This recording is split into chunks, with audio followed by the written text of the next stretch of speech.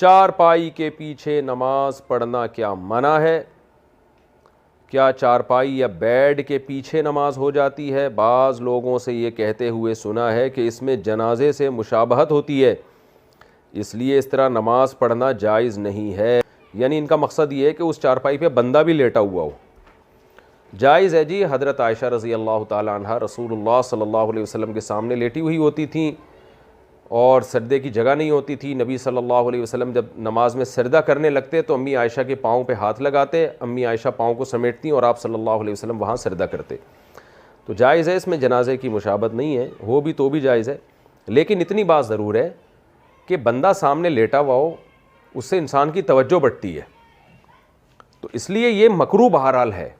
रहा ये मसला कि नबी सल्लल्लाहु अलैहि वसल्लम तो ऐसा करते थे, तो वो ज़रूरत थी, क्योंकि इतने छोटे छोटे कमरे थे कि उस वक्त ऐसा मुमकिन नहीं था कि आप सल्लल्लाहु अलैहि वसल्लम सजदा करें तो कोई सजदे की अलग से जगह, वही जगह थी जहाँ अम्मी आयशा रज़ी अल्लाह ताला अन्हा के पाँव फैले हुए थे। तो वो मजबूरी थी और अंधेरा भी होता था उसमें। अम्मी आयशा की एक हदीस में आता है कि चिराग भी नहीं थे। तो लेकिन नॉर्मली कोई बंदा सामने लेटा हुआ हो ना, तो आपका एक तवज्जो बढ़ती है, उससे नमाज का खुशू ख़राब होता है, क्योंकि बंदा कभी जो है कभी हिल रहा होगा, कभी पाँव समेट रहा होगा, बार बार आपकी तवज्जो बटेगी उससे। तो कोई भी ऐसा काम करना जिससे नमाज में तवज्जो आपकी बढ़ती हो, नबी सल्लल्लाहु अलैहि वसल्लम ने इससे मना फरमाया है।